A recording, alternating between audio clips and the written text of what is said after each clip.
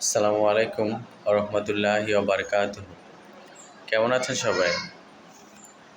আজকে আমি আলোচনা করব সবচেয়ে গুরুত্বপূর্ণ একটি বিষয় বা রোগ, সেটি হলো গলগণ্ড। গলগণ্ড কেন হয়? গলগণ্ড হয় থাইরয়েড বা আয়োডিনের অভাব হলে। তখন গলায় ফুলে একটা অংশ দেখা যায়।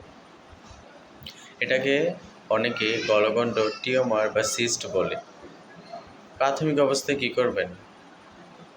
আয়রনযুক্ত খাবার, মাছ, ডিম, সামুদ্রিক শাকসবজি এগুলো খেতে হবে। প্রাথমিক অবস্থায় চিকিৎসা করাই ভালো। দীর্ঘদিন হয়ে গেলে পরবর্তীতে এটা ক্যান্সার আক্রান্ত হতে পারে।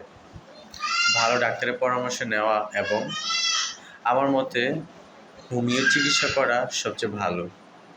হোমিও চিকিৎসা করলে আল্লাহর রহমতে ভালো হয়ে যাবে ইনশাল্লাহ। আল্লাহ হাফেজ।